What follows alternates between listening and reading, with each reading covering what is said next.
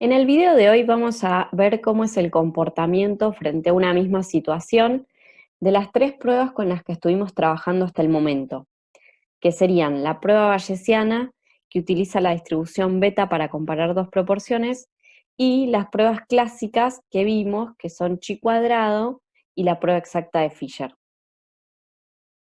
Vamos a retomar el ejemplo de la clase anterior, donde habíamos visto una tabla de contingencia entre presencia-ausencia de síndrome urémico hemolítico y la detección o no detección de la toxina Giga producida por la bacteria Escherichia coli. En ese ejemplo habíamos visto que teníamos un resultado desde la visión bayesiana que nos indicaba un valor P igual a 0,0416 y consecuentemente podíamos rechazar la hipótesis nula mencionando la asociación significativa entre estas dos variables. Sin embargo, las pruebas clásicas mostraban valores de P disímiles, pero ambas mostraban valores P que son menores que el nivel alfa o el nivel de significancia. Por tanto, la decisión en ese caso era no rechazar la hipótesis nula y entonces decir que la asociación entre variables no es significativa. Bueno, esto parecería que hay resultados opuestos o que una metodología dice que sí hay relación y las otras dos que no hay relación, y entonces vamos a solucionar este problema generando una situación de simulación de aumento de tamaño muestreal. Esto quiere decir que vamos a hacer la simulación de tomar el doble de pacientes en vez de 12, 24, pero las proporciones se van a mantener iguales. Esto quiere decir que todos los datos van a ser duplicados para no generar un sesgo. Consecuentemente, si teníamos originalmente 5 pacientes con síndrome urémico hemolítico y STEC positivo, ahora tendremos 10. Si teníamos 2 pacientes con síndrome urémico hemolítico y STEC negativo, ahora tendremos 4. Si había un solo paciente sin la enfermedad, pero detección positiva STEC, ahora vamos a tener 2. Y finalmente, si había 4 pacientes sin la enfermedad y sin detección de STEC, ahora vamos a tener 8. Bueno, vamos a realizar la conducción de esta problemática con la distribución beta primero y luego con las pruebas clásicas de chi cuadrado y la prueba exacta de Fisher. Si conducimos la distribución beta para dos proporciones, es decir, la metodología bayesiana, vamos a tener el mismo razonamiento que hemos tenido en clases anteriores, que es pensar dos distribuciones prior no informativas con parámetros A y B igual a 1 para cada una de las proporciones, y luego vamos a actualizar los datos, y esos datos van a ser 10 éxitos de un total de 12 en la proporción 1 y 4 éxitos de un n de 12 para la proporción 2. Actualizando esos datos con esa prior no informativa, vamos a obtener distribuciones posteriores que se van a combinar para terminar dando una distribución de la diferencia de esas dos proporciones, y que al ser una distribución conjugada se puede aproximar a través de la distribución normal. Así que si conducimos un script de R o la metodología manual que les enseñé con el uso del PQRS, lo que vamos a obtener finalmente es lo siguiente: una media posterior de la diferencia, que va a ser igual a 0,429, un desvío estándar de la diferencia, que es igual a 0,163, y el límite de interés del intervalo unilateral, porque este contraste era originariamente unilateral derecho o mayor, un límite de interés que, como les decía, es el límite inferior. Una de las cuestiones más importantes en este caso es que el valor z o z Bayes nos da igual a menos 2,631. Y si lo colocamos en la parte superior de las abscisas dentro de una distribución normal estándar con media 0 y desvío estándar 1, al colocar ese valor de z Bayes y apretar Enter, vamos a obtener la probabilidad asociada, que en este caso es 0,00425. Entonces, con esa probabilidad vamos a poder rechazar la hipótesis nula y concluir que los verdaderos positivos son significativamente más frecuentes que los falsos negativos.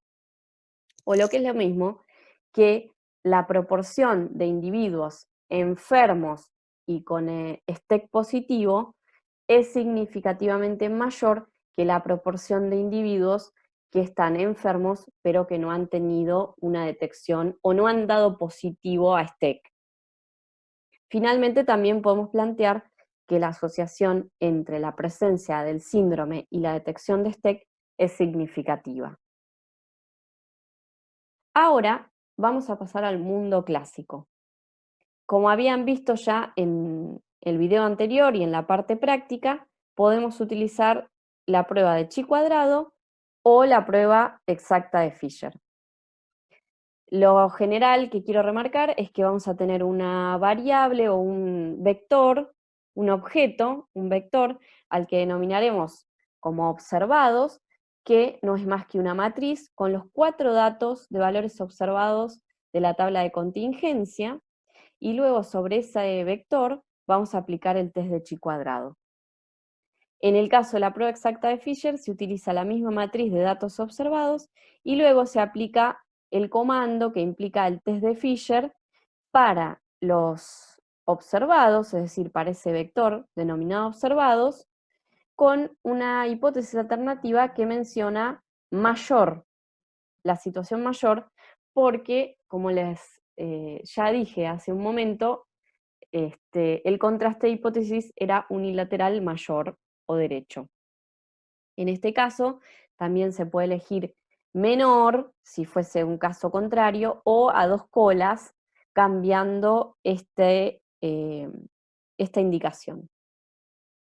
Bueno, cuando conducimos estas 2 pruebas, vamos a obtener que para estos datos duplicados, el valor de chi cuadrado arroja una probabilidad asociada igual a 0,013. Y en el caso de la prueba exacta de Fisher, el valor P es 0,018. Esto quiere decir que ambas probabilidades son menores que el nivel alfa, o 0,05 en este caso, y por tanto la decisión va a ser rechazar la hipótesis nula y concluir de la misma manera que con el método bayesiano, con valores de probabilidad diferentes, pero ambos menores que el nivel de significancia. Entonces, voy a pasar a detenerme a analizar qué es lo que ocurre frente a un n de 12 y frente a un n duplicado de 24. Vamos a comenzar con la metodología bayesiana. Fíjense que cuando teníamos los datos originales, el valor P que nos arrojaba el programa era igual a 0,0416. Al duplicar los datos manteniendo las mismas proporciones, el valor P bajó y es igual a 0,00425. Si bien estamos viendo que la probabilidad es menor, en ambos casos es una probabilidad menor que alfa. Y en ambos casos vamos a rechazar la hipótesis nula y decir que las variables síndrome urémico hemolítico y STEC positivo se encuentran asociadas significativamente. Pero ¿qué ocurre dentro de las pruebas clásicas?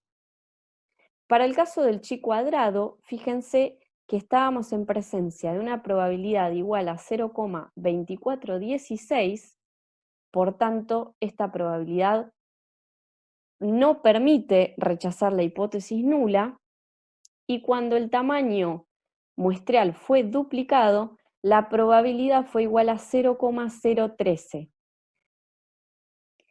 Esta probabilidad permite rechazar la hipótesis nula y concluir que las variables se encuentran asociadas significativamente.